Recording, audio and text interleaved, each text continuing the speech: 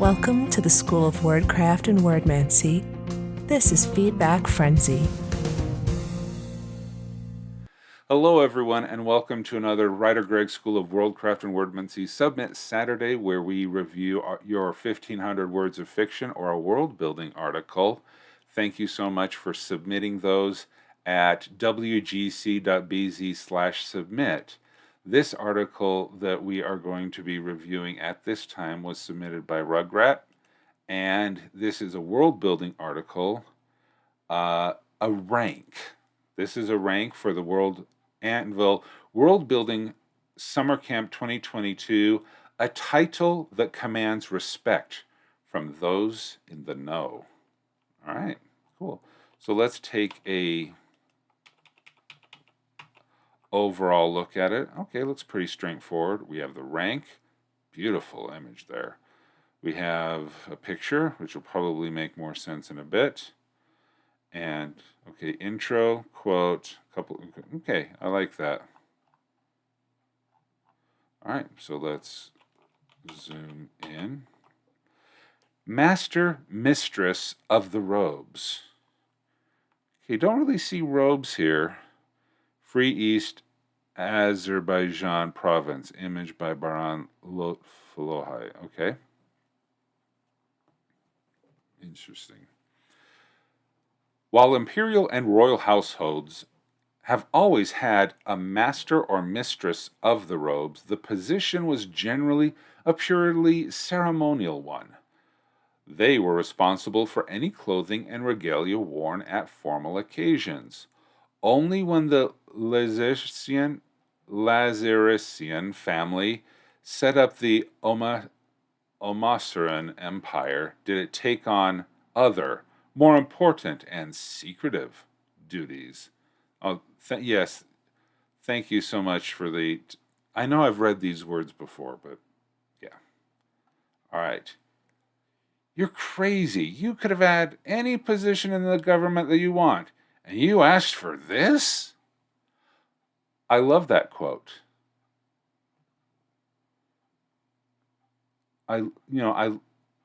Wow. Okay, these two paragraphs as hooks, I think, are doing a really good job. This first paragraph here, straightforward, explains what's going on. It explains that it's the pure definition. I know exactly what the master of robes or the mistress of robes does. But then you get the twist. This is a twist, a cliffhanger. I mean, this is definitely a hook. The more important, secretive duties. And then to follow up with this quote saying, "You're crazy," that is, it takes the twist and twists it more. It takes the cliffhanger, and then you realize it's a much deeper cliff. I really like that quote. It just, yeah. As Mayantha Laziricon was taking the throne, her younger sister came to her with a strange request. Elenaril wished to be instead not in a position of obvious power like her brothers, but to take on the job of Mistress of the Robes. There was a reason for this. 3 days before the coronation ceremony, there had been an attempt on Empress Mayantha's life. It was quickly stopped, but had not been the first time, and it would not be the last. Okay, this is getting interesting. Royal assassination attempts. Always a win. Okay,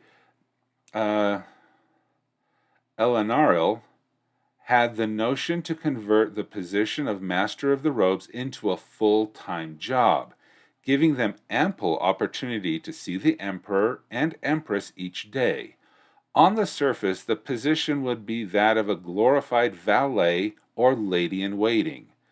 The ruler, on the other hand, would know that their Master of the Robes was also a master at blade work and spycraft. Oh.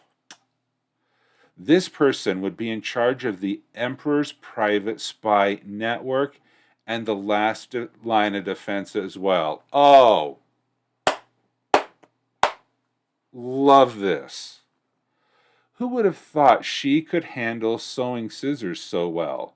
I haven't even stopped screaming. Lady in waiting after an assassination attempt. This Armstrong, I agree. This is a good twist. This and that was a really good payoff. And I didn't have to keep waiting forever for it, but really good payoff. Now, more information. The Master of Robes would have to be someone of the utmost talent, discretion, and loyalty, skilled at running a network of spies without revealing themselves. They would also have to groom a successor, for no one else could know the real purpose of the job.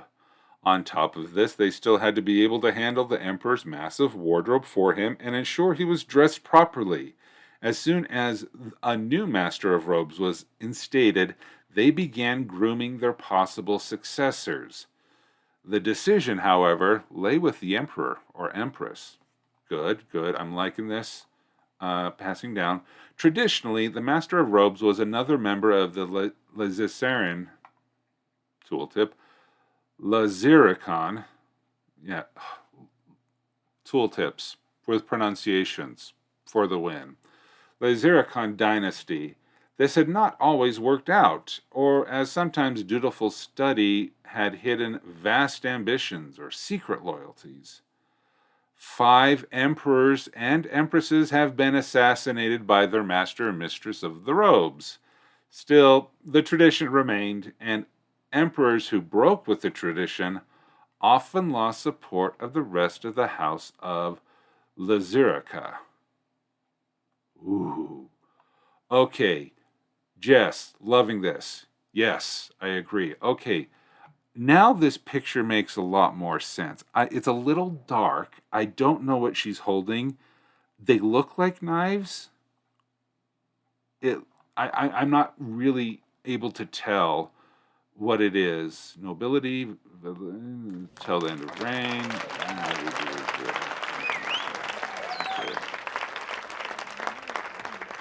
And the Sprinters and marchers, time is up. Respect from those in the know.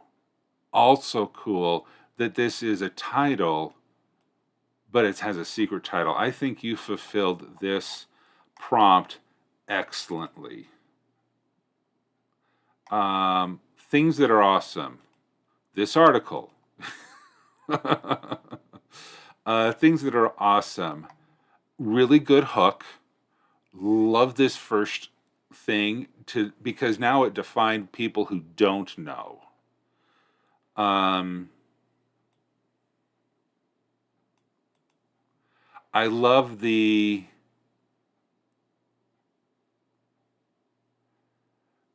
I love the what do you call it? The master apprenticeship relationship between the two. That they're always training a successor, but the choice is still the emperor or empresses. I like that fact. It was really cool how you had this this nice little tidbit at the end, how 5 emperors and empresses had been killed by their master or mistress of the robes. I like that fact. That just makes it even more interesting that someone who was in such a position of power, who rose through the ranks and was able to come to this point, was then still betrayed their king. And see that kind of conflict. Yeah, that is an awesome story that you got going on there. That is cool. Okay, bored, not bored, confused.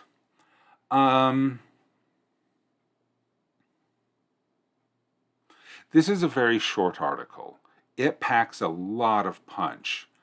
I would like to see a few more headers, like history,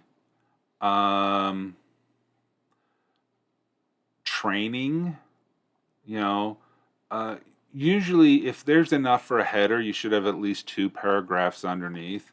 So this might be a short enough of an article that you don't need headers, but I do like headers because so if you were to go back and expand upon this and make it a lot bigger of an article, I would definitely recommend headers because I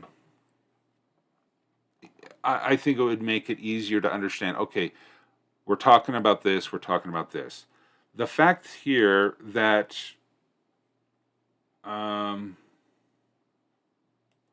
this paragraph itself, no, it should stay one paragraph. It's the same concept. This had not always worked out, and this is why it didn't work out, because they had all been killed. And they broke the tradition. Okay. This last paragraph, you could definitely expand this to 3 or 4 paragraphs, adding more examples and stuff like that.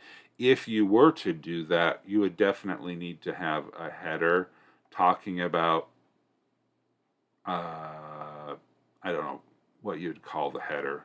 Betrayal would be too obvious and spoiler territory of what's in the thing, but yeah. Yes, well done. I was not expecting this when I read Mistress of the Robe, Master/Mistress of the Robes. I was not expecting this, and I am very pleasantly surprised about what I was able to read in this article. That is a lot of fun. That is a lot of fun. All right. So thank you so much, RatRug, for this fun, short world-building article. Hope to read more. And if you would like to have your fiction or world-building articles critiqued, please visit wgc.bz/submit, where you too can have your content critiqued on a Submit Saturday. Thank you so much, and until next time, keep on writing. Thanks for watching this feedback frenzy. Be sure to show your support by liking this video, subscribing to the channel, and clicking the notification bell. WriterGreg offers coaching sessions to help bring your world to life, create compelling stories, and accomplish your creative goals. Please visit wgc.bz/coaching for more details.